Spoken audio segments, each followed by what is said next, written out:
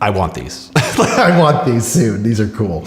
My name is Dadouris. I'm a dentist in Clinton, New Jersey. I'm gonna give you the standard zirconia crown. Excellent. Matching an anterior crown is the hardest thing you can possibly do in dentistry because you're trying to match all of the other teeth next to it. And something like this, when you kind of hold it up to the light, you really can't see a lot of light shining through it, and you'll kind of immediately tell that this is a fake tooth. I'm now gonna give you Danny's new Polychromatic Shade crown. Especially looking at it under the light, I'm like trying to grab as much as I can. You can actually see that there's a difference. And especially when you look at the incisal edge moving up to the gingival portion, you're looking for something that's going to kind of have those imperfections or really be perfectly imperfect. And that's really seeming to mimic here.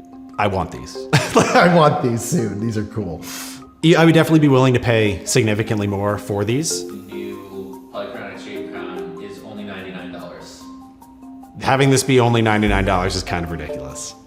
That's pretty much the cost of every crown from every other company, but this is not the crown you get from every other company, I'll say the least.